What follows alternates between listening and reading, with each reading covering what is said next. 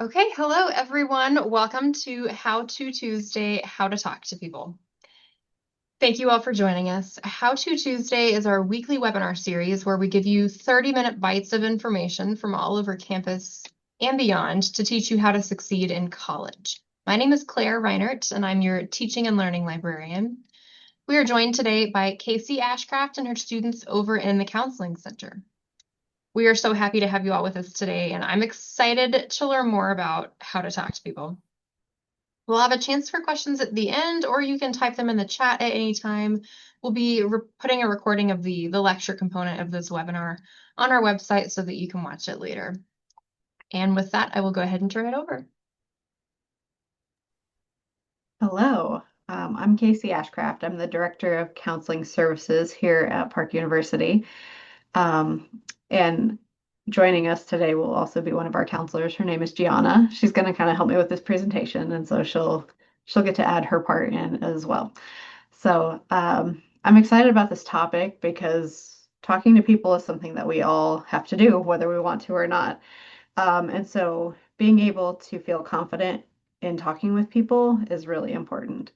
And so that's kind of what we hope to cover today is ways to make you feel more confident in talking with others, um, and hopefully adjusting some of those barriers so that it doesn't feel as overwhelming. So I'm going to share my screen here. Can we see this PowerPoint? Okay. Awesome. Okay. So I figure we would start with the myths of communication. So some of the most common ones are that good communicators are born, not made. People sometimes just seem to have a natural ability to talk to people, and that's actually a myth. Good communicators are not born; they're made. They it's a skill. It's like a muscle. If you're going to work on that muscle, it gets bigger. It gets used more often. It's easier to do. And so it's a skill to be practiced. And if you don't practice it, it doesn't get better. It doesn't get bigger. It doesn't get more easy to use. So a big part of it is making sure that you use that skill, build it up, and practicing is a big part of that. Another myth about communication can be that you have to be extroverted to be able to talk to people, and that's actually not true. Some of the best communicators are introverts.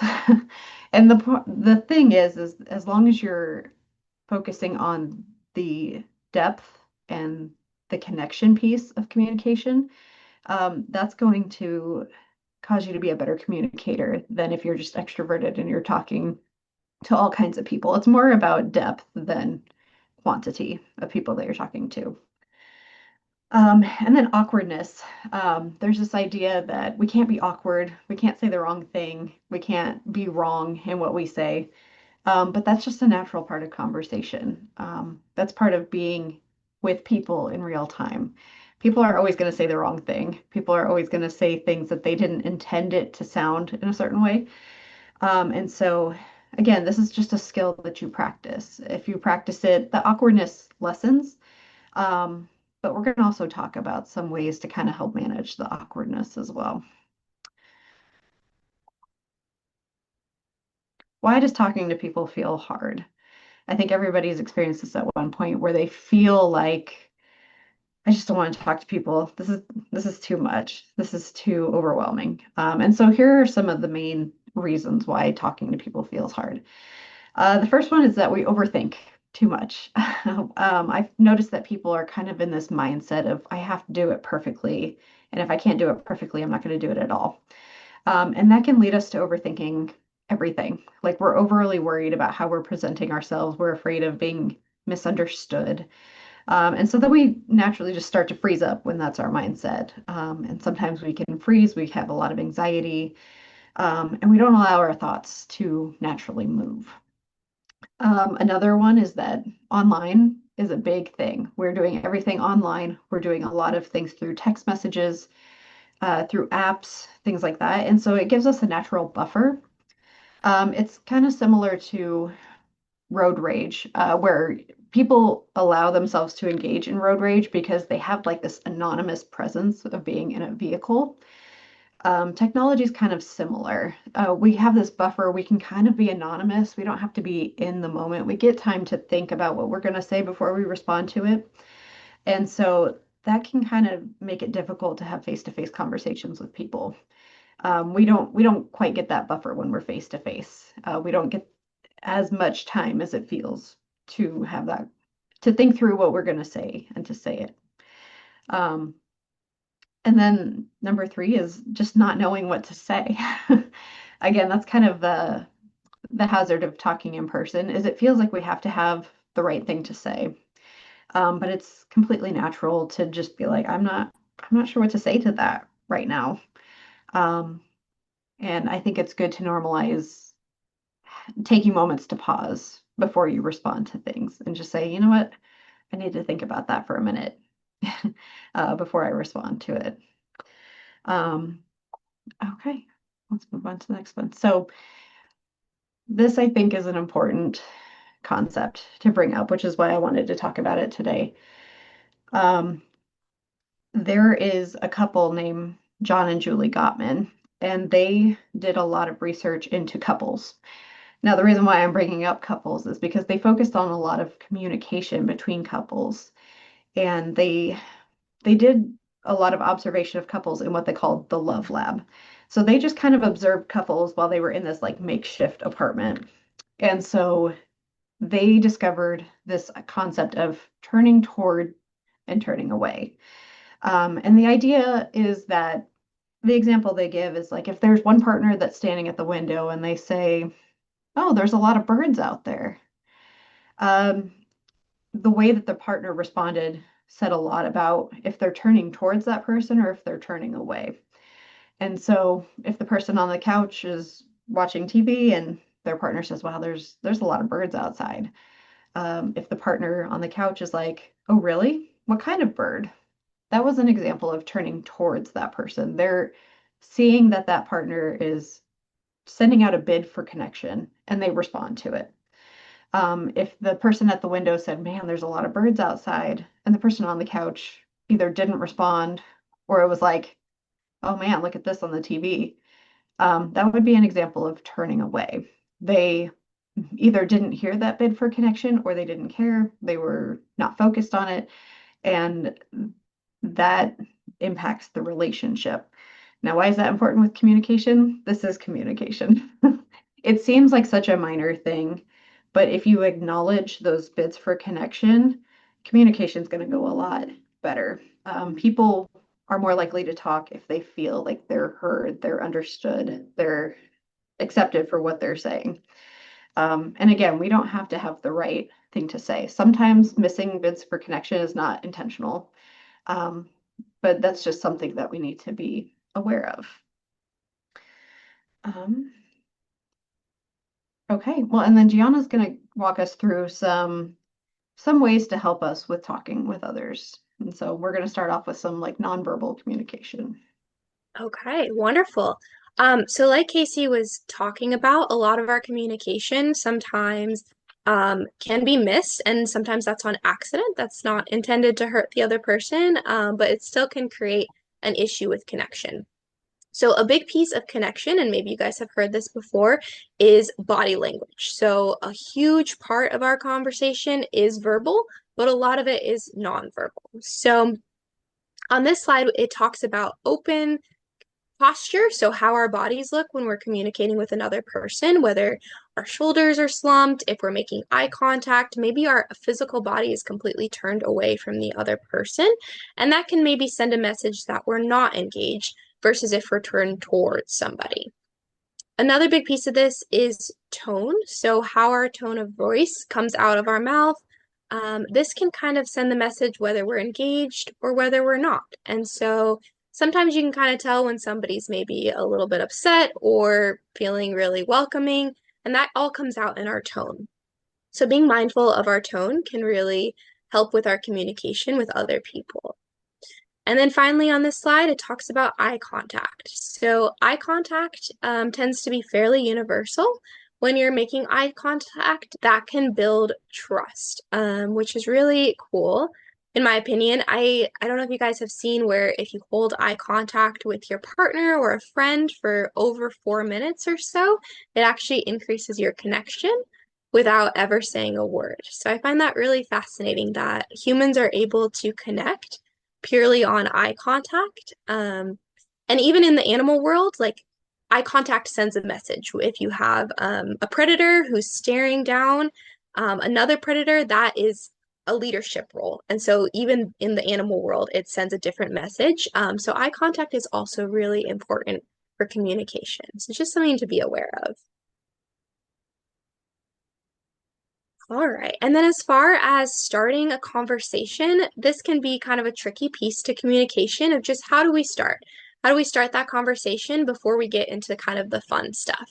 So a couple of options are classes. This is common for students. All of the students are participating in class, so it's a common place to start of just what classes are you taking? Are you enjoying them? Are you not enjoying them? Do you have a favorite? And that can kind of give you an opportunity to see if there's any common or shared interests. And if there's not, maybe there's something you can learn from the other person with a class that you're not taking, but they are. Another big one is projects. Unfortunately and fortunately in college, you usually have a lot of projects. I don't miss that. So that can be something you can kind of connect on. Maybe it's something that's been really stressful for you. So talking about that might help decrease your stress, but then also make that connection that you're not alone and you're doing it with other people, even if the project may be different from the person you're talking to. Another one, I really like this one in particular, a weekly check-in. Sometimes consistency is really nice for communication, of just saying, how was your week? How's your week been? How was your weekend? How is it going? And that can kind of be a nice check-in for the other person to reflect on their week and then give you an opportunity to learn about how their week went for them. And then finally, this is a common one. This is probably something you guys have heard, but fun topics. What's your favorite movie? Your favorite hobby? Something you like to do when you're not in class or school? And this can really give you some insight into who the person is and what they enjoy to do. So these are just a couple of options. Obviously, you can go outside of these topics, but sometimes that gives you an introduction. Okay, so keeping the conversation going. This part can definitely be challenging. Sometimes we say, how was your week? And someone says, good. Now what do we do? So just to keep the conversation going, sometimes listening really actively can naturally help the conversation go. Because for some people, maybe they pick up that the other person's not really listening, so then they don't feel like they want to talk anymore. So showing the person through body language, maybe through head nods, shows that you're still listening and still engaged, and maybe they'll give you a little bit more information about what they want to share. Another big piece, and this is really huge in the counseling field, is asking open-ended questions. So if you're not familiar with it, that's okay. But an open-ended question would be a question that allows you to expand on your answer versus a closed question. So a closed question might be, do you want dinner? And you could say yes or no. An open-ended question would be, what's your favorite movie? And that can kind of expand into other topics and allow for further dialogue on that subject. So that's a really great way to keep the conversation going is with open-ended questions. Another big piece, and Casey talked a little bit about this, is embracing imperfection. There might be some awkwardness, there might be some bumps in the road. That's totally okay. Even as a counselor, sometimes it gets a little awkward and you don't know what to say and kind of sit there and laugh a little bit, and that's all right. It's really human. So don't feel like you have to have a perfect conversation every time you engage in conversation. Okay. And then finally, just handling awkward moments. Like I was mentioning, it's super normal. It's even common in a talking profession to have really awkward moments. So just keep that in mind. Humor can also be really helpful. Throwing in a couple of jokes that are funny can help each person shift the mood and then also just relax a little bit into the conversation. And then finally, if the conversation does stop or stall, that's totally okay. Just kind of see if you can shift it to something different or find a new topic. and transition to something else that you can talk about. So it's okay to shift the conversation if needed. Okay. So just to recap a little bit, reaching out and connecting. So again, we talked about noticing body language, and this can take time to learn, but just be aware of people's faces, their eyes, their shoulders, and just notice your own body language when you are talking to somebody. We talked about turning towards or bids of connection through Gottman's theory. So this is just throughout the day, checking in with your person or people that you're around, and making sure that you're picking up on those connections. And then, of course, just to reinforce this, embrace awkwardness and silence. Those things are totally okay. It does not mean you're a bad communicator if those things happen. So, if we can have a little bit of a conversation and get you guys involved, is you can think on your own, that's totally okay, but is there one person you'd like to connect with this week? And what's one small way to turn toward their bid for connection? Well, and again, it's bids of connection aren't turning towards people are not big things. It could just be simply like physically turning yourself toward that person. It could be making eye contact. It could just be saying, mm-hmm, yep, like something simple, just so that they know that you were engaged, you heard it. And I'm going to go ahead and stop recording.